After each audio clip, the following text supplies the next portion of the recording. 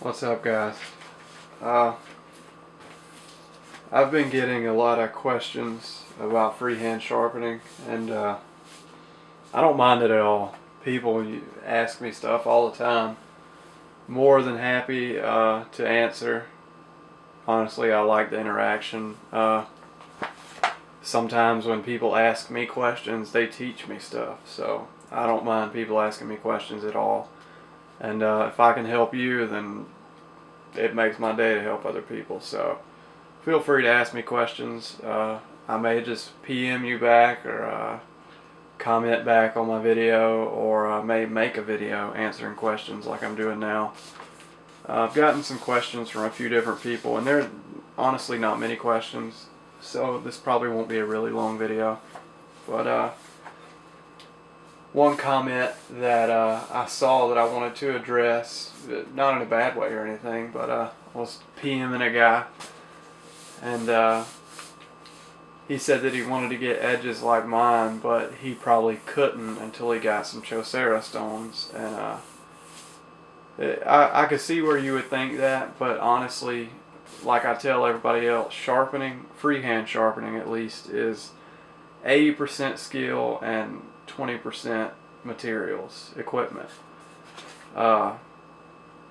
You can take the cheapest king water stones you can buy or the most expensive Chaucera stones, and if you don't have the skill and experience to use them, then you're just not going to get good edges. So don't feel like if you want to get into freehand sharpening that you have to go buy 4 stones at $100 a piece, because you don't have to. You can do like I did and get the Spyderco profile set and just start with that, and then maybe get you a 1200 grit king stone, or I don't know, 1200 grit and a 6000 grit king stone. It would cost you all of $80 altogether.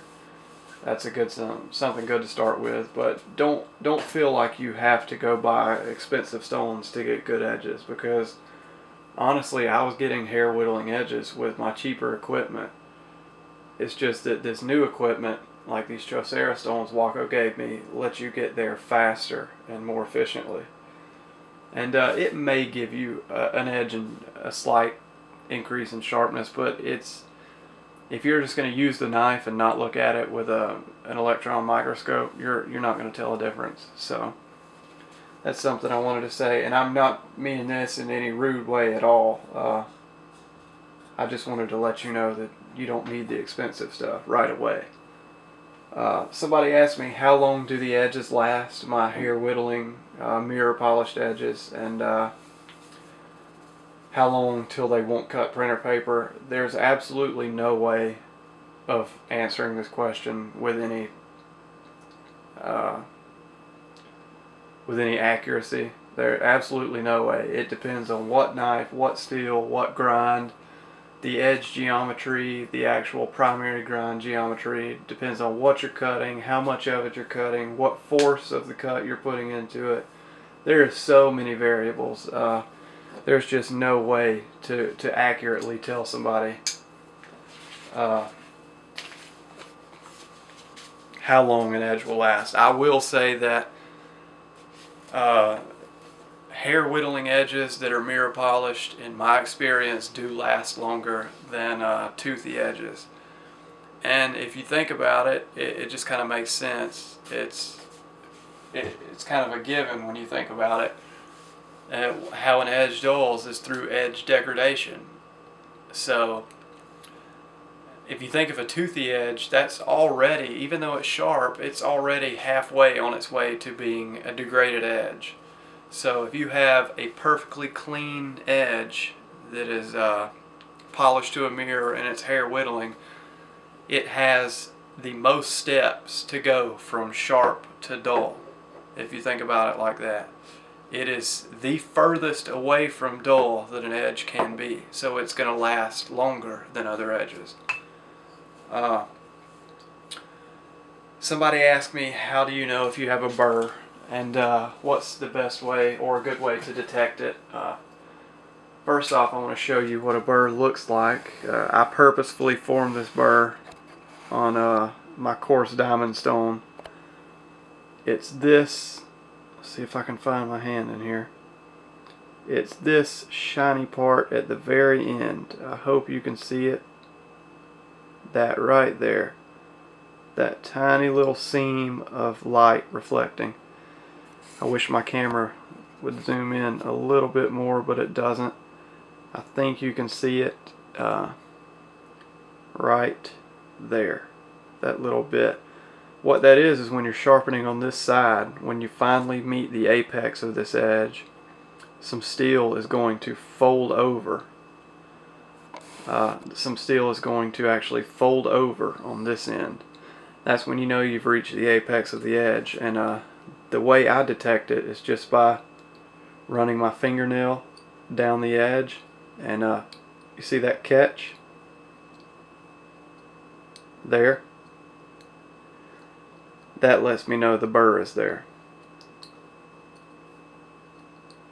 That's all it is right there. And this is a very big burr.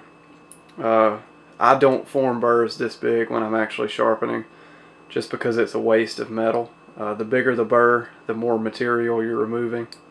So honestly, you can look for the burr, but past 600 grit, it's almost impossible to see the burr. And actually feeling the burr is just something that you're going to have to perfect yourself, because honestly, not a lot of people can feel a burr past 600 or 1,000 grit. I've just gotten so used to it that I can quickly run my thumb down the edge, and I know how it feels when I have no burr, so I can tell when there's a burr there just based on feel alone. So that's something that'll just have to come with time and experience. Most people, if they're looking for a burr past 600, 1,000 grit, they'll grab a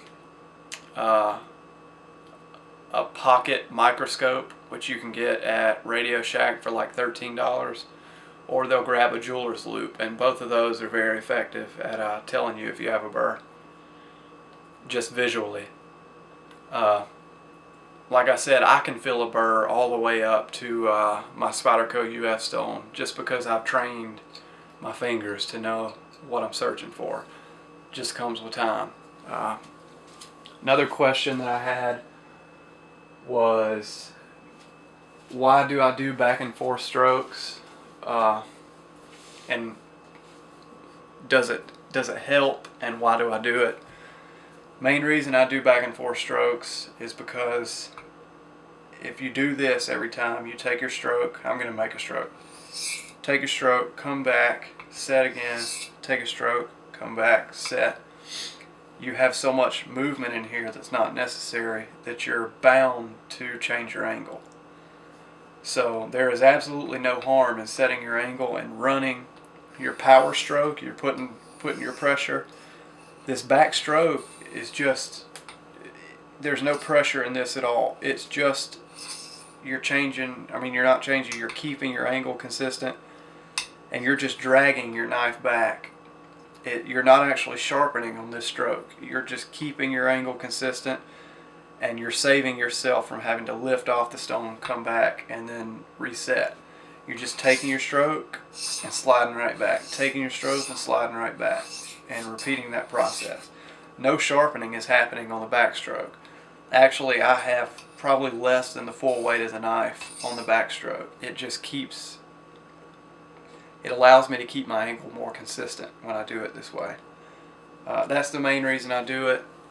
Plus, it's much faster. It's much faster doing it back and forth like this.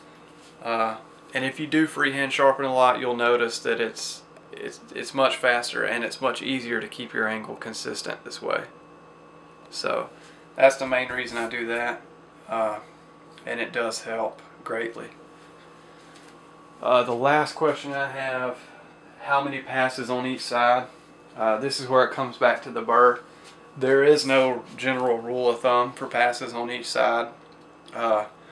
I normally go on each side until I have a burr from heel to tip. And oh, I got a little blood on my thumb, don't I? Huh. I just do as many passes as it takes to form a burr from heel to tip. And the whole reason you want to do that is because you're sharpening, sharpening, sharpening, and think of the edge like this. You're hitting this part right here. If you're not forming a burr and this is the edge, you're hitting this part of the edge. You're sharpening, sharpening, sharpening. You're widening out that bevel until you hit the apex of the edge down here. As soon as you form that burr, which is the edge curling over, you know that you've sharpened the full length of that edge. So that's how I gauge how many strokes on each side. I don't actually count. I do no counting or tally marks or anything like that in my head. I'm just simply sharpening until I have an adequate burr. Then I'm flipping over, and then I'm doing the same thing, and all you're wanting to do is bring the material down to that apex. And I'll form a burr on this side, I'll flip and form a burr on this side, then I go to the next stone. Now when I'm finishing, you'll see me take alternate strokes. And what I'm doing right here is cleaning any burrs that I have off. By taking alternate strokes, you're flipping the burr from one side to the other, aka a wire edge. You're flipping this burr from one side to the other until it eventually comes weak and snaps off. Then you have a clean edge. Just like if you take a metal coat hanger and twist it back and forth, it's going to heat up and snap off because the metal becomes weak. You're doing the same thing with a burr. You're flipping it side to side until it becomes weak, breaks off, then you have a clean edge. So that's why I do alternating strokes when I'm finishing, just like that. So I know this was a lot of talking, pretty long video for talking, but I hope it answered some questions and I hope it helps you out. If there's anything else you want me to answer, then let me know and I'll make a video on it. Anyway, thanks for watching, and I'll see you next time.